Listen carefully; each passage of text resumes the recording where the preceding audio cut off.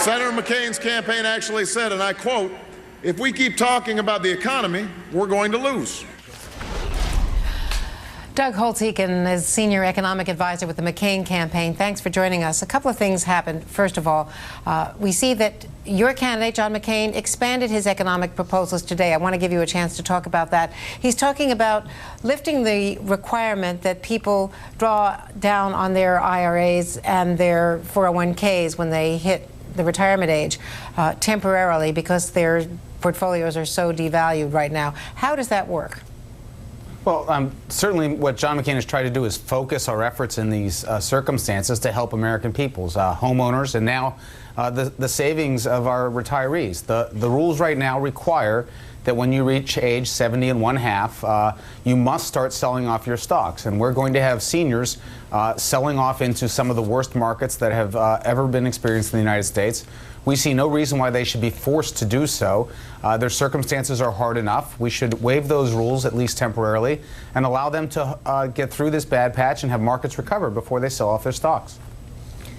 One of the things that has been most controversial also is your proposal, the proposal that the senator unveiled during the debate, and then you guys fleshed out a $300 billion government buyout at face value, as you amended it on Wednesday morning, at face value of these mortgages. Why is it not, as Barack Obama's folks complain, a bailout of Wall Street again at the expense of the taxpayers who are going to have to pay for the banks to get full value on these mortgages? Well, I mean, Barack Obama is a gifted campaigner, and his words are intended to divert from having to talk about his proposals. But what he's calling for when he says lenders have to take the hit is, first of all, finding the original lender, who's probably long gone in a world where mortgages get bought and sold. And secondly, the only way to have that lender get hit is to make sure that the mortgage payments don't come in and that they have to take less in the way of cash back for their mortgage. Well, to get that, you've got to drag millions of Americans through going into arrears, being in default, facing foreclosure, and ultimately bankruptcy. And if Barack Obama's policy is to put people into default and bankruptcy, then we're happy to have that debate with him. And it's not something that's good for the economy. It's certainly damaging to neighborhoods and families. Let me show you also a Republican National Committee ad that is playing in states at least adjacent to Illinois. We're talking about Wisconsin and Indiana, key states now in the battleground. This is the Republican ad. Let's watch.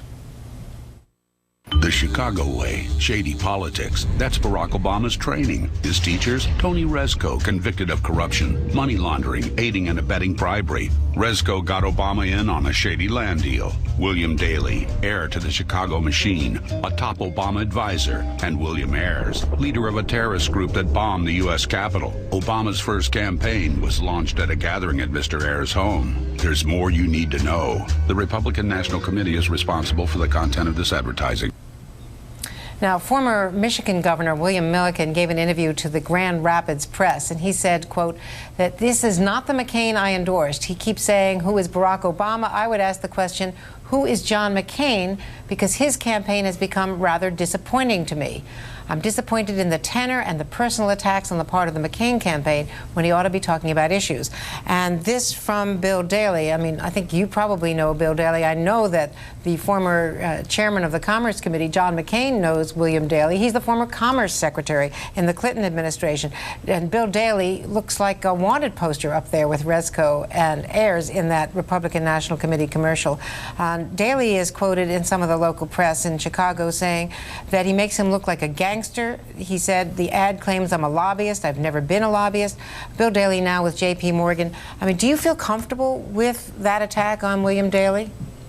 Well, this is a problem of Senator Obama's making. He has simply failed to make a full documentation of these relationships, Bill Ayers in particular. And when people ask him hard questions, the former Commerce Secretary? He starts. This is an ad about the relationships that Barack Obama has failed to explain. And if he won't explain those, what else is he not explaining? Every time this comes up, he chooses to go on the attack with John McCain. We saw it again this week. The minute this started to happen with Bill Ayers, he attacked us.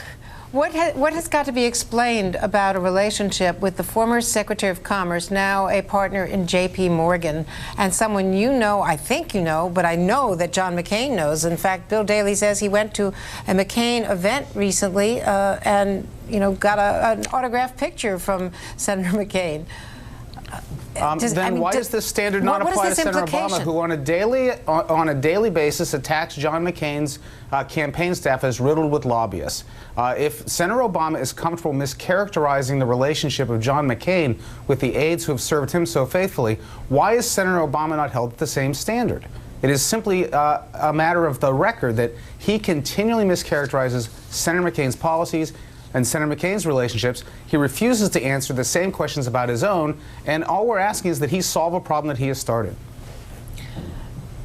I'm not quite sure what you're saying, because it seems to be that you're saying that Senator Obama has done this, therefore it's okay to do that. I'm not even acknowledging what the charge is about Senator Obama, but I still don't understand the sort of guilt by association tactic, and whether you as an economist and as a former economic official think that this is the way that he should be going. Governor Milliken and others in the Republican Party are saying that there seems to be sort of two directions coming from the McCain campaign. Do we go negative? Do we go on the attack about Bill Ayers? Or do we go positive and make proposals about the economy? Which do you think is effective? We've gone positive. We've gone positive. We have consistently, Senator McCain laid out a mortgage of financial institutions trust at the beginning of this crisis.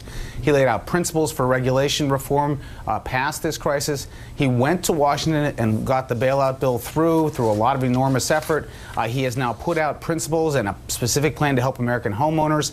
At each point in this crisis, Barack Obama has chosen to attack John McCain on any of those proposals, even when those proposals were originally his own. And as we've seen with this American homeowner proposal, when what he's asking of the American people is to go through tremendous pain in order to find a lender.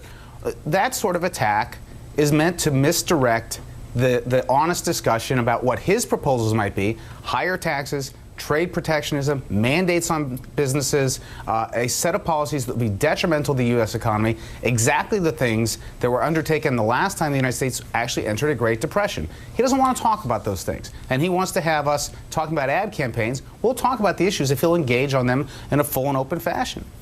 He proposed today some special loans for small businesses. What is your analysis of that Obama proposal? Well, we'll take a good look at it. Obviously, the credit markets are a big problem, and it's spilling over not just into small business, but into student loans, into the mortgage or the municipal bond markets.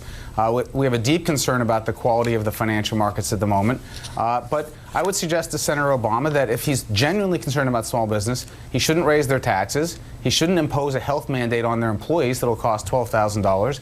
And 87% of our exports come from small businesses. He should not be playing games with NAFTA and other international trade agreements. We have a global financial crisis and the need to have good economic relations with all of our partners. Offering to renegotiate in a unilateral fashion NAFTA, as he did, is not the kind of leadership that we need, especially in these moments. All right, Douglas Holtz-Eakin, the senior economic advisor from the John McCain campaign. Thank you very much. Thanks for joining us. And conservatives are also urging the McCain-Palin team to take it to Barack Obama on his past association.